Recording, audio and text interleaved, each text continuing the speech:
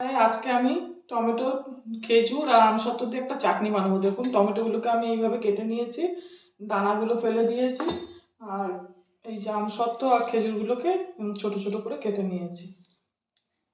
দেখুন কড়াটা আমি বসিয়ে দিয়েছি, কড়াটা আমার গরম হয়ে গেছে। এর মধ্যে আমি এবার একটু সামান্য সর্ষের তেল দিয়ে দেবো।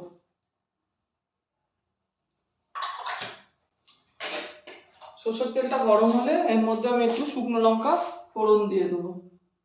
তেলটা আমার গরম হয়ে গেছে, এর মধ্যে এবার আমি টমেটোগুলো দিয়ে দেবো।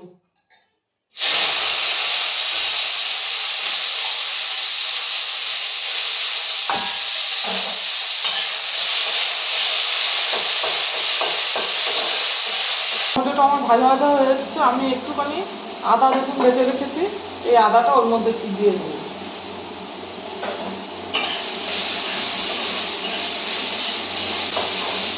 এবার খেজুর আর আমসত্ত্বটা এর মধ্যে দিয়ে দেবো।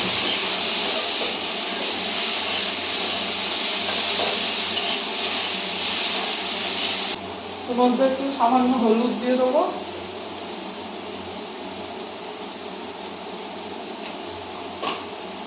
আর একটু নুন দিয়ে দেবো।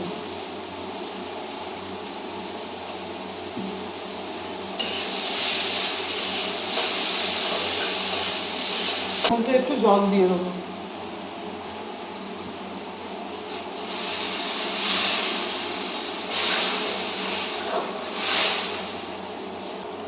দেখুন এই গুড়টা আমি এর মধ্যে দিয়ে দেবো। আমি গুড় দিচ্ছি, আপনারা চিনিও দিতে পারেন। আমার হয়ে গেছে, এবার আমি এটা নামিয়ে দেবো।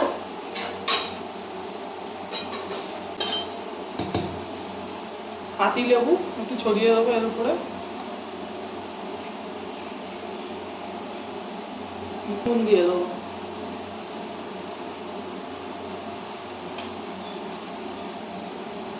চাটনিটা আমার হয়ে গেছে।